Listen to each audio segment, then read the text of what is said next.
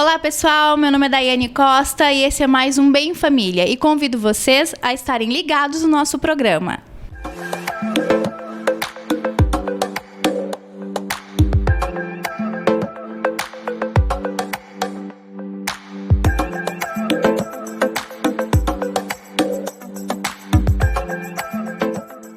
Bom, pessoal, estamos com mais um programa Bem Família e hoje o nosso tema vai ser um tema super importante.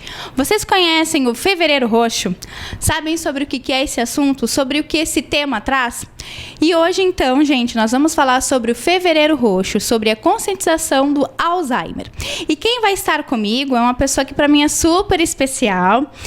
Ela foi minha professora, a doutora Luciana Sherman Azambuja, ela que é neuropsicóloga, professora e doutora em neurociências da Faculdade de Medicina da PUC. Então, pessoal, hoje é com muito carinho que eu entrevisto hoje a Prof. Lu, né? Então, Lu, primeiro quero te agradecer, muito obrigada, então, por ter esse espaço, né, por nos dar esse espaço em falar num tema bastante importante, né, que é o Alzheimer e também sobre o que é o Fevereiro Roxo, né? E já começo, então, já te questionando, né? O que é a doença de Alzheimer? Então, é um prazer é todo meu, Daiane. É bem importante essa conscientização, porque a doença de Alzheimer nada mais é que um tipo de demência. As demências, na verdade, são várias. A mais conhecida, porque é a mais prevalente, é a doença de Alzheimer. Então, ela é um tipo de demência, assim como outras várias, mas cada tipo de demência tem um sintoma diferente, que isso a gente depois vai ver os sintomas da doença de Alzheimer, que são específicos para essa patologia. Legal. E Lu, por que o número de pessoas, né, com Alzheimer ela vem aumentando nos últimos anos?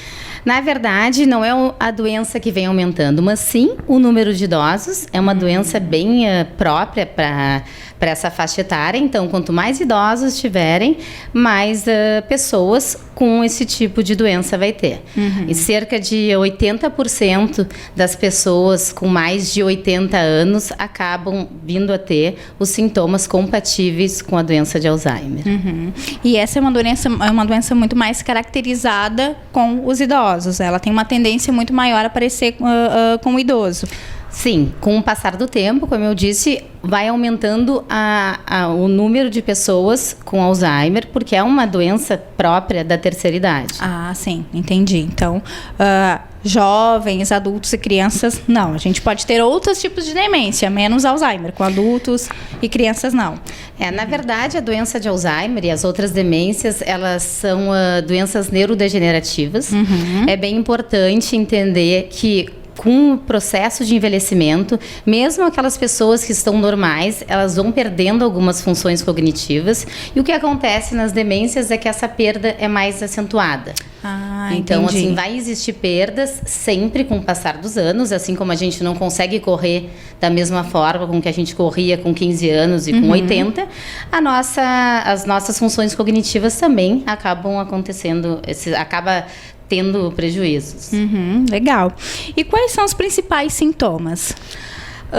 Os sintomas iniciais, isso vai depender do estágio da doença. Mas os sintomas iniciais é perda de memória recente, ou seja, não lembro o que fez há muito pouco tempo atrás, mas, no entanto, as memórias mais tardias, remotas, continuam intactas, porque cada área do cérebro é responsável por um tipo de memória.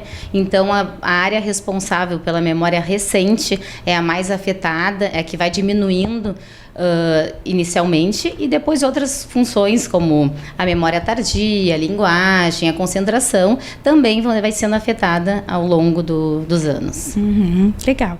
E como que é feito esse diagnóstico, Lu? Porque eu acho que é importante para as pessoas também que estão nos assistindo. Claro que é importante que a gente observe, não é só lapsos de memória, né? E não é só, porque esqueci, por exemplo, um compromisso que eu tinha tinha agendado, né? É óbvio, claro, esquecimentos todos nós, né, temos, ainda mais pessoas que têm uma agenda corrida, né? Então, esse esquecimento é normal, né?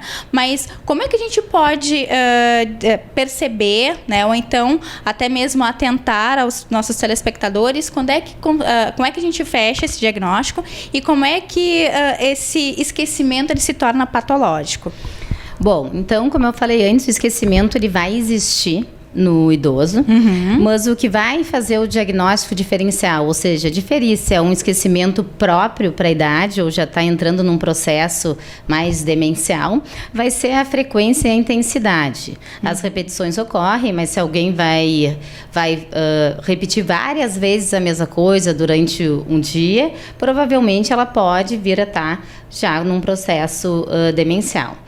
É uma linha muito tênue do diagnóstico, esse bem inicial do esquecimento benigno para a idade, associado à idade, com algum tipo de demência.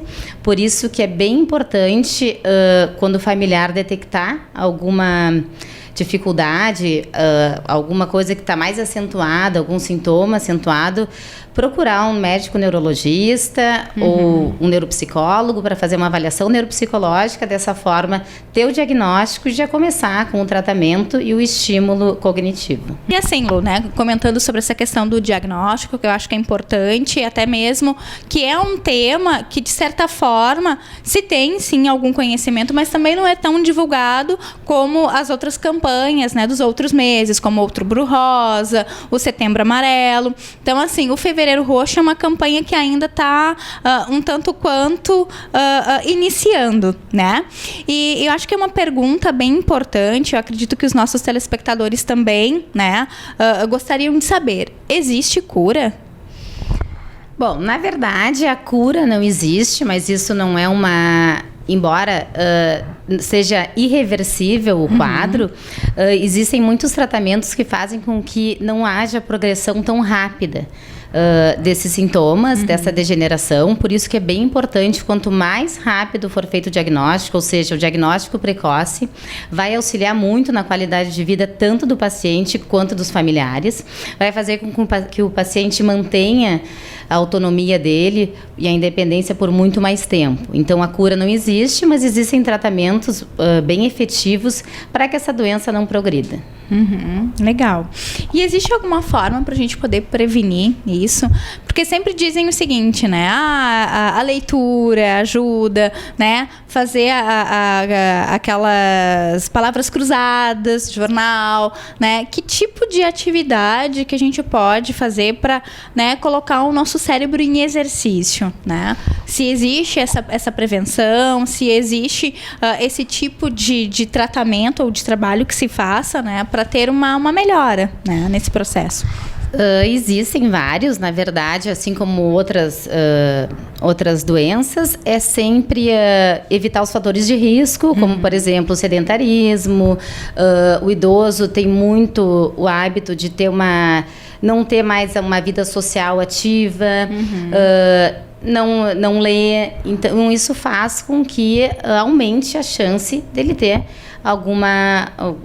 tá num processo demencial futuramente. Então, o tratamento, aliás, a prevenção se dá com autonomia, com independência, que a pessoa continue fazendo atividades sociais, continue fazendo esportes, praticando algumas atividades de lazer. Isso também é bem importante, além de sempre estimular o cérebro nos aspectos cognitivos, como leitura, escrita, ver filmes que tenha, por exemplo, legenda, ler alguma reportagem no jornal e depois relatar para alguém, fazer uso de agenda também é bem importante para que ele sempre fique orientado. Então, são essas coisas que mantêm a pessoa ativa. Legal. E qual a importância sobre a conscientização da doença, né? Que, como eu comentei contigo, existe agora o Fevereiro Roxo, mas que ainda muitas pessoas ainda não têm essa informação, né? E como é que a gente pode fazer, então, para conscientizar, né? Numa doença, claro, é óbvio que a gente se tem bastante informação, é uma doença que já está sendo estudada já há algum tempo, mas ainda há campanha em si, né? E muitas pessoas também, né? Embora hoje, com o nosso mundo tecnológico, o acesso à informação é muito rápido, mas ainda a busca para esse tipo de informação ainda se é muito pouco, né? Então, como é que a gente pode fazer para trabalhar com a conscientização, seja com a família ou até mesmo do paciente, né, que já tenha esse diagnóstico? Bom, eu acho que a conscientização se dá mais, nem tanto com o paciente que já tem o diagnóstico, mas sim com diagnóstico precoce, porque, como eu falei antes, quando se for feito precocemente o diagnóstico, o paciente pode ter uma qualidade de vida muito melhor.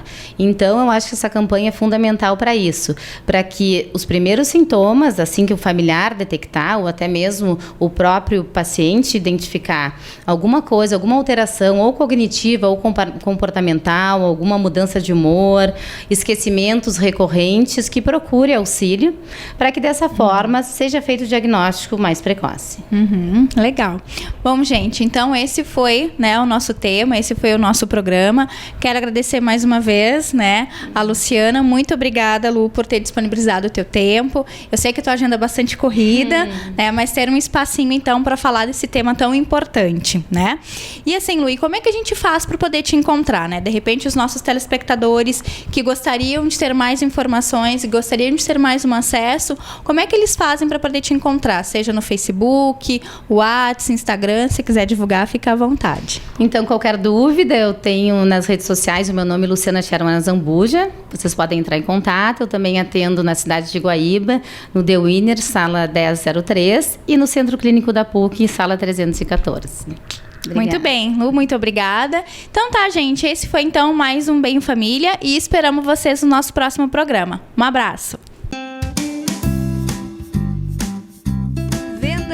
Instalações de piscinas, produtos químicos com teleentrega, assistência técnica e acessórios, aquecimento elétrico e solar, consertos e pequenos reparos, troca de areia, pisos e decks, confiança e transparência, pós-vendas, assistência técnica e garantia. Aproveite o calor para dar aquele mergulho em sua casa. Conceito Piscinas, Avenida Ney Brito, 585, na Coab.